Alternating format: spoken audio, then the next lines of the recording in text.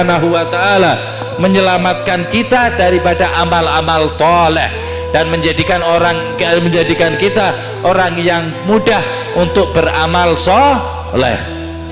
Maka dari itu akhir zaman seperti ini jangan lupa deketi keluarga Nabi, ahlul baitin Nabi, para habaib, mumpung masih ada, mumpung isik gelem, mumpung isik mampir. Demi Allah, uang harta yang telah engkau keluarkan tidak ada artinya sedikit pun dibanding syafaatul uzma minan Nabi Muhammad sallallahu alaihi wasallam. Setiap engkau berikan kepadanya, setiap engkau senangkan hatinya, Allah berfirman, "Qul la as'alukum alaihi ajran illal mawaddata qurba." Katakan wahai kekasihku Nabi Muhammad bahwa engkau tidak meminta imbalan kepada umatmu kecuali umatmu mencintai, menyenangkan hati keluargamu atau keturunanmu, yaitu ahlul baitin Nabi atau para habaib. Ini Allah yang menyuruh kita, jadi tidak akan pernah sia-sia. Berat bagi yang jarang, ringan bagi yang sering. Berat bagi yang riya, ringan bagi yang ikhlas.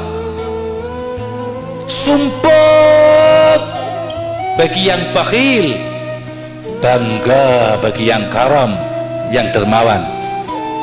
Jadi semua ada porsinya sendiri-sendiri. Maka dari itu jangan lupa kepada Allah untuk bersyukur kepada Allah bahwa kita dijadikan umat Nabi Muhammad, diperkenalkan oleh dzurriyyah Nabi Muhammad, insya Allah mendapat syafaat Nabi Muhammad. Amin Allahumma.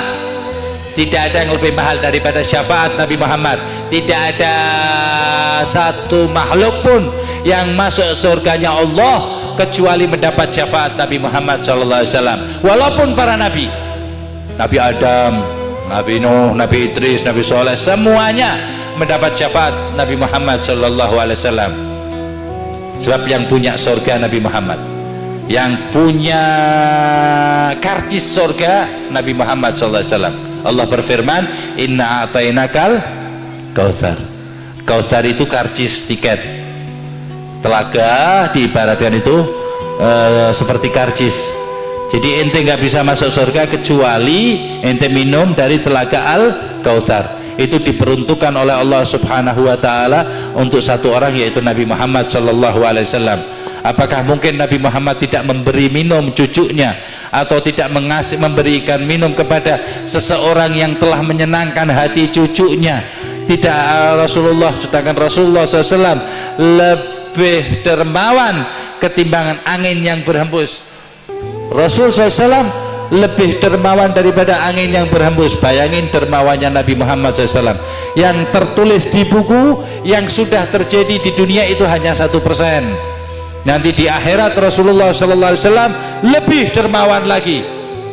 Maka dari itu pemikiran, faham ataupun orang-orang yang menjauhkan ente dari habaib, dari keluarga Nabi Muhammad, dari dzurriyyah Nabi Muhammad SAW, maka tanda kau telah didekatin setan yang berbentuk manusia, minal jinnati wan nas, dari golongan jin dan manusia yang membuat was-was hati. Hati-hati.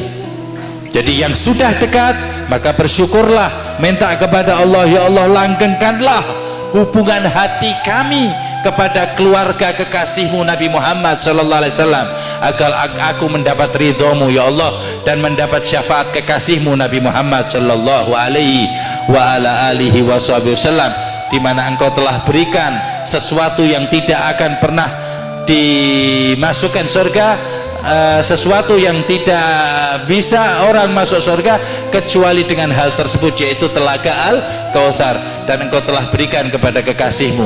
Telah berarti sudah nggak ada lagi yang punya kecuali Nabi Muhammad. Inna a'tainakal kautsar, aku berikan kepada engkau kekasihku. Ketika Rasulullah masih sumpah, bingung turun ayat itu. Rasulullah sumpah karena Rasulullah Shallallahu Alaihi Wasallam itu wujudnya kayak manusia, walaupun tidak seperti manusia.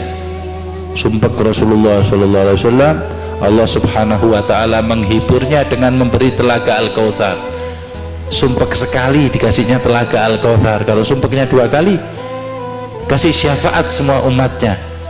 Sumpek 3 kali tidak ada satu umatnya Nabi Muhammad kecuali masuk surga semuanya. Nah sekarang kalau ente ditanya di akhirat, bukti ente umatnya Nabi Muhammad apa? Maulid. Tahu nggak tentang maulid? Tahu pernah ngelakuin apa artinya maulid? Bagaimana sejarah Nabi Muhammad SAW? Gimana persapan hatimu kepada Nabi Muhammad?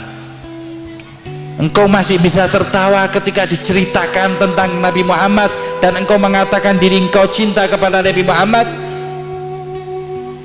Alaisa huwal kadzab? Apakah bukan seorang pembohong yang seperti itu? Maka dari itu cintai keluarga Nabi Muhammad sallallahu alaihi wasallam, karena cintamu akan menjadikan cintanya keluarga Nabi Muhammad